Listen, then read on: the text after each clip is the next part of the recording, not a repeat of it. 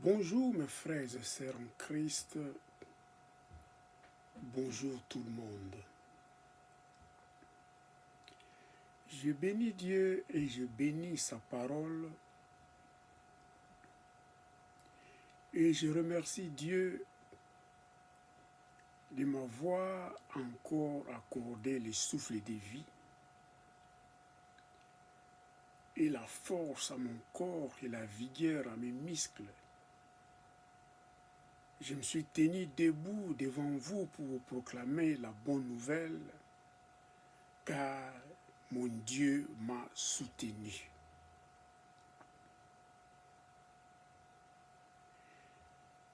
Merci pour votre présence, merci pour votre attention. Aimez la vidéo et partagez cette vidéo et le Seigneur ne manquera pas de vous bénir. Aujourd'hui, je vais entrer dans un nouveau thème concernant les promesses de Dieu. Le thème que j'intitule « Je déclare les promesses de Dieu ». Alléluia, gloire à Jésus. Le texte principal d'aujourd'hui que je vais vous lire, c'est dans Ésaïe chapitre 55 et le verset 11. Et ensuite, je vous lirai également Nombre chapitre 23 et 19 et je chuterai dans Hébreux chapitre 6 verset 15. Je bénis la parole de Dieu et je vous lis la parole de Dieu dans le nom puissant de notre Seigneur Jésus-Christ de Nazareth. Ésaïe chapitre 55 verset 11. Ainsi est-il de ma parole qui sort de ma bouche. Elle ne retourne point à moi sans effet, sans avoir exécuté ma volonté et accompli mes desseins. Alléluia.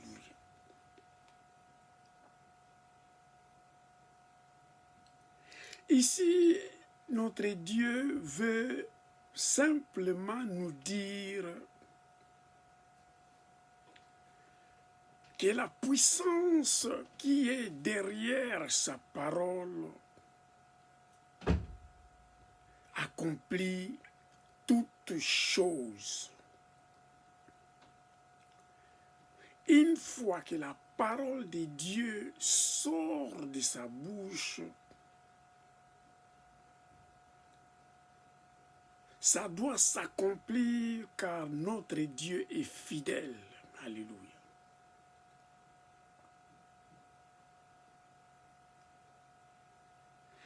Cela entre dans le cadre de la promesse. Car si la parole de Dieu dit « Ainsi en est-il de ma parole qui sort de ma bouche, elle ne retourne point à moi sans effet, sans avoir exécuté ma volonté et accompli mes desseins. » Cela veut dire que notre Dieu est fidèle à sa parole. Quand ça sort de sa bouche, comme à la création, Dieu appela la terre et la terre fit. Il créa l'homme à leur image et à leur ressemblance. Et l'homme fit.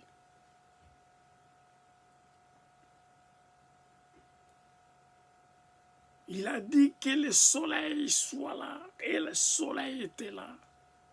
La lune et les étoiles étaient là.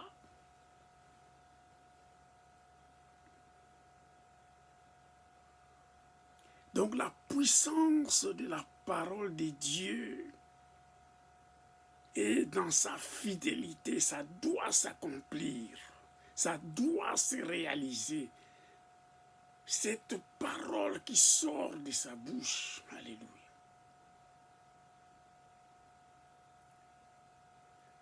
Au fait, la promesse, c'est quoi? La promesse, c'est le fait, c'est l'action de promettre quelque chose. L'engagement que l'on prend en promettant quelque chose. Si je promets quelque chose, cela veut dire que je m'engage que cette chose que j'ai promis dans mon engagement, je dois la donner à la personne ou bien au monde à qui j'avais promis la chose. C'est ça la fidélité de Dieu. Alléluia. Seul et seulement Dieu est fidèle à sa parole. Seul et seulement Dieu qui respecte ses engagements.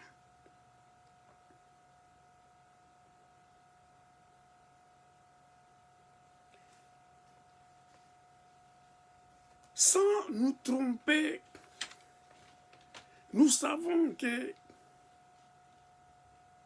Satan ne respecte pas ses promesses.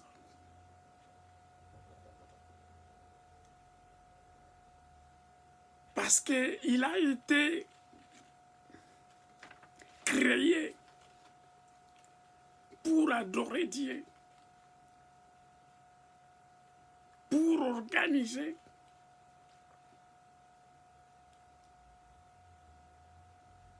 célébrer Dieu. Mais lui-même étant jaloux de la grandeur, de la position de Dieu, et il s'était rébellé. Donc il ne pouvait pas tenir son engagement. Le travail que Dieu l'avait donné dès le commencement.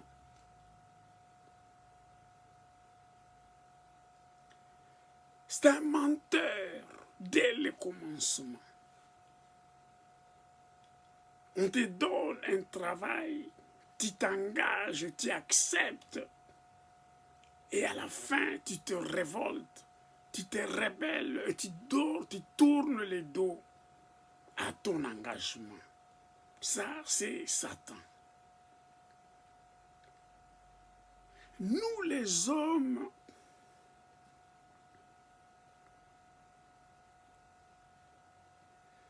de notre nature,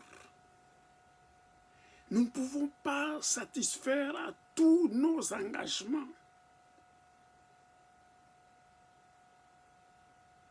Car la Bible nous dit, dans Proverbes chapitre 27, verset 1, ne te vante pas du lendemain, car tu ne peux pas satisfaire, car tu ne sais pas ce qu'un jour peut enfanter. Ne te vante pas du lendemain, car tu ne sais pas ce qu'un jour peut enfanter. Tu peux dire aujourd'hui, j'aurai 100 000 $ demain et je promets à quelqu'un de lui donner 1 000 $ par exemple. Mais est-ce que l'homme que nous sommes sûrs que nous arriverons le lendemain? Car c'est Dieu qui donne les souffles de vie. C'est Dieu qui nous donne la force à nos corps et la vigueur à nos muscles. Et la Bible déclare, il renouvelle sa bonté chaque matin. Si Dieu n'a pas renouvelé sa bonté le matin, alors que sera de ta promesse de donner 1000 $ à quelqu'un? Ça sera impossible. Voilà pourquoi dans Jacques, chapitre 4, verset 14, il nous dit, « Vous qui ne savez pas ce qui arrivera demain, car qu'est-ce que c'est votre vie? Vous êtes une vapeur qui paraît pour un peu de temps et qui ensuite disparaît. » L'apôtre Jacques ici nous dit, nous ne savons pas ce qui arrivera demain, car notre vie, nous sommes comme une vapeur qui souffle pour peu de temps et avec à peu de temps, ça peut disparaître. C'est ça la réalité de l'homme ici-bas, car nous ne savons pas demain. Qu'est-ce que demain peut enfanter? Donc, je retourne encore à Dieu. Dieu est le seul à respecter ses promesses. Car la Bible nous dit encore dans Jacques, chapitre 1, verset 17, je vous lis la parole, que toute grâce excellente et tout don parfait descend d'en haut, du Père des Lumières, chez lesquels il n'y a ni changement ni ombre de variation. Donc quand notre Dieu promet quelque chose, quand notre Dieu fait sortir sa parole de sa bouche, ainsi soit-il, ça sera ainsi. Voilà pourquoi nous répondons toujours Amen, afin que ça se réalise. Car la parole de Dieu, c'est l'engagement que Dieu nous promet de réaliser quelque chose. Si ça dépend de si c'est pour nous les hommes, quelque chose va se produire pour notre vie, pour notre descendance.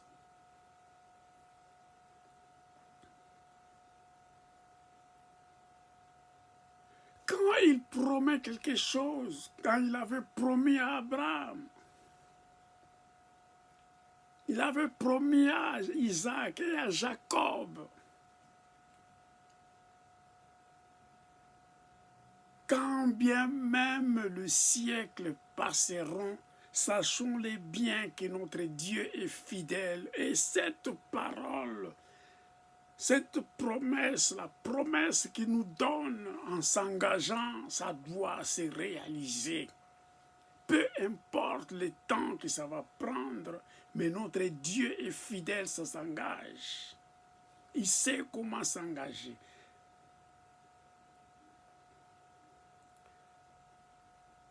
Il est le Père des Lumières chez lesquels il n'y a ni changement ni ombre de variation. Il ne change pas et il ne varie pas.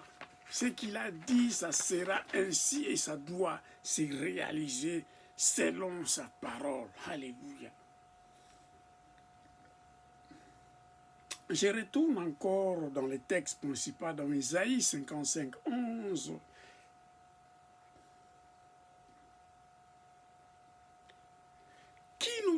Ainsi en est-il de ma parole qui sort de ma bouche. Elle ne retourne point à moi sans effet, sans avoir exécuté ma volonté et accomplir mes desseins.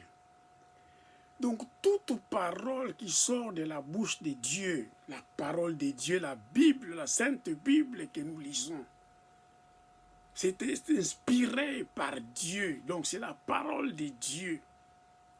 Quand nous méditons la parole de Dieu et que nous nous engageons, nous respectons ces commandements, ces préceptes,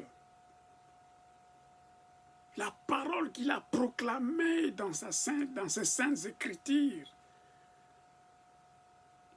soyons-en sûrs que ça se manifestera, ça doit se réaliser. Et ça ne pourra jamais retourner auprès de Dieu sans avoir produit les effets.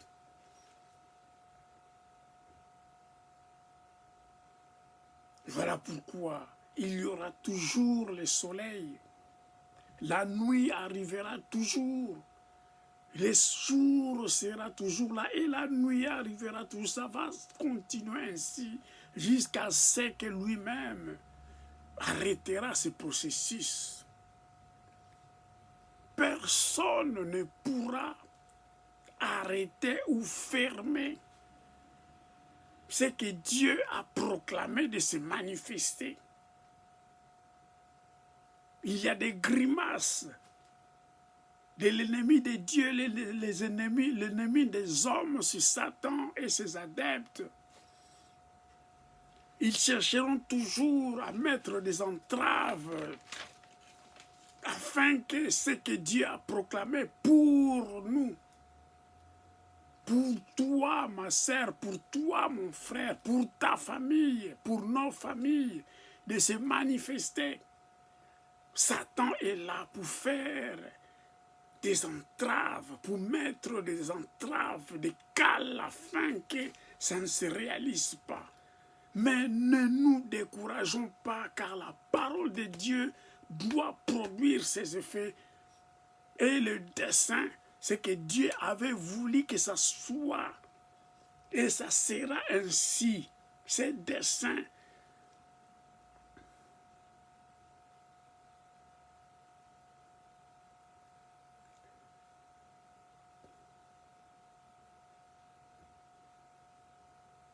Voilà pourquoi la Bible nous dit, concernant l'ennemi de Dieu et l'ennemi des hommes, dans Jean chapitre 10, verset 10, le voleur ne vient que pour dérober, égorger et détruire. Moi, je suis venu afin que les brebis aient la vie et qu'elles soient dans l'abondance. La première partie nous dit, Satan, il est le voleur qui vient pour dérober. Il dérobe quoi? Quand nous ouvrons une porte, à travers les péchés, les convoitises, tous les plaisirs de ce monde, quand une porte s'ouvre, lui, il vient, il vole ce que Dieu avait prononcé, avait proclamé pour toi, pour ta famille, pour toi, mon frère, pour toi, ma sœur. Il vient, il vole ça. Et nous plairons. Mon frère, tu pleures, j'ai perdu mon salaire, j'ai perdu mon travail. Mon épouse m'a quitté, j'ai eu des problèmes avec mes enfants. Cette paix qui régnait dans ton couple, lui, il vole la paix. Il met le querelle. Il met la jalousie entre les humains. Et nous perdons la paix, il y a des conflits qui entrent. Il vient pour dérober cette paix-là. Et toute autre chose de bien que Dieu a donné. Car la deuxième partie nous dit ici, Moi, Jésus, je suis venu afin que les brebis aient la vie et qu'elles soient dans l'abondance. Lui, Satan, vient pour dérober la vie, pour détruire.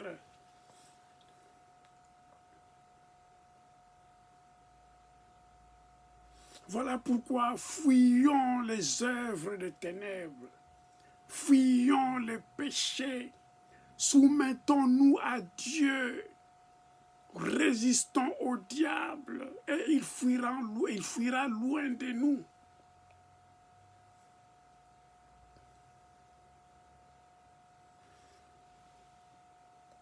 Dieu, il est bon, il est merveilleux et il nous aime tant. La Bible nous dit, dans Nombre, c'est toujours dans le cadre de la promesse. Nombre chapitre 23, verset 19 nous dit, Dieu n'est point un homme pour mentir, ni fils d'un homme pour se repentir. Ce qu'il a dit, ne le fera-t-il pas? Ce qu'il a déclaré, ne l'exécutera-t-il pas? Alléluia. Ici, la réponse, la fidélité de Dieu, quand il proclame quelque chose, quand il déclare quelque chose, c'est toi, mon frère, c'est toi, ma sœur, c'est ta famille, c'est ta descendance, c'est notre famille, c'est notre descendance. Notre Dieu ne peut jamais nous mentir. Quand il fait sortir sa parole, pour nous, il ne se répand pas pour cela. Alléluia. Quand Jésus a dit ici, moi je suis venu afin que les brebis aient la vie et qu'elles soient dans l'abondance. Notre Dieu sait ce qu'il veut que nous ayons. Il n'a jamais un projet de malheur pour nous.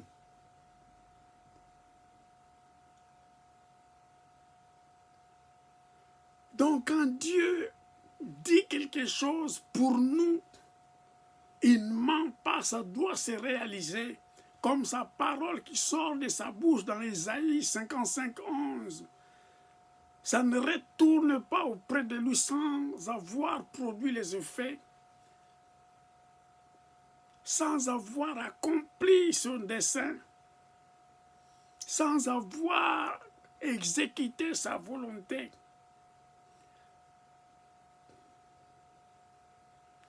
Donc ne doutons pas, quand Dieu proclame quelque chose pour nous, Dieu nous promet quelque chose, soyons-en sûrs que ça doit se réaliser selon la fidélité de notre Dieu. Alléluia. Il n'y a point d'impossible dans la parole de Dieu. Devant Dieu, même si un homme a le cancer terminal, Dieu est capable par un seul mot de guérir la personne. Quand bien même tu vivais dans l'extrême pauvreté, par un clin d'œil, Dieu peut changer ta vie. Car c'est cette abondance-là que Jésus dit. Il donne la vie et il le donne en abondance. Alléluia.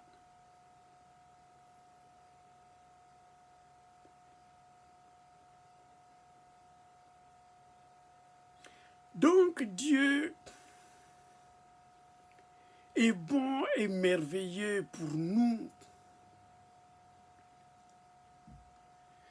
Donc quand nous prions, selon ce que Dieu nous avait promis, selon la volonté de Dieu, nous devons persévérer dans cette voie. Car la Bible déclare, Dieu lui-même dit, cherchez ma face par des prières et des supplications et des actions de grâce, et je me ferai voir. Ici, la Bible nous dit également, dans Hébreux 6, 15, c'est ainsi qu'Abraham, ayant persévéré, obtint l'effet de la promesse. Alléluia. Il n'était pas désespéré. Il était âgé. Son épouse Sarah était également âgée. Mais quand Dieu avait dit que l'année prochaine, ta femme aura un enfant, et quand c'était réalisé, la joie était dans la vie d'Abraham et de Sarah. Voilà pourquoi aujourd'hui, nous sommes là, car nous sommes bénis par Abraham, sa descendance, la promesse de Dieu. Il avait persévéré dans la prière, Abraham, et cela s'était réalisé. Dieu avait répété, donné la même promesse à Isaac et à Jacob, pour dire que même des générations et des générations, si Dieu avait proclamé sa parole à tes aïeux, soyez-en sûrs que cette parole-là aura des effets même dans des siècles des siècles, dans la vie de nos descendants. Notre progéniture vivra cette parole, cette grâce qui était sortie de la bouche de Dieu.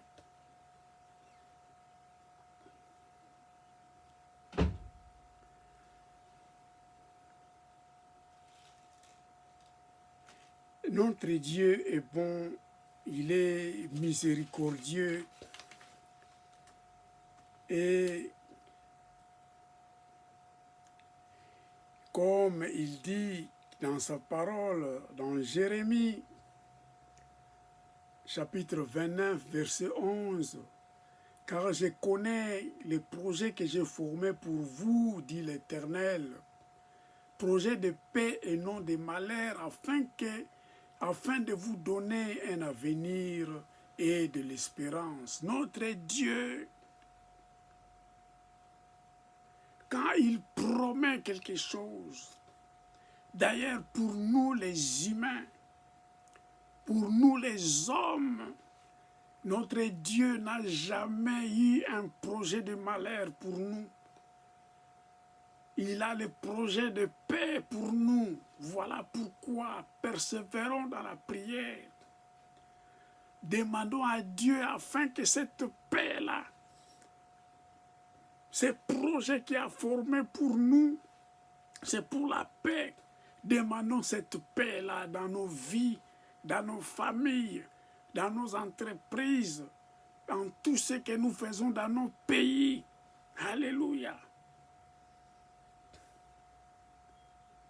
Notre Dieu est fidèle et tout ce qu'il dit, il fait sortir de sa parole, il l'accomplira, car il n'y a ni ombre. Il exécute sa parole quand il veut que ça soit ainsi. Alléluia. Dieu soit béni. La parole de Dieu est riche. Prochainement, comme je suis entré dans cette série que je déclare les promesses de Dieu. Prochainement, je vous parlerai de l'assurance du salut. Alléluia. C'est toujours dans le cadre de la promesse de Dieu.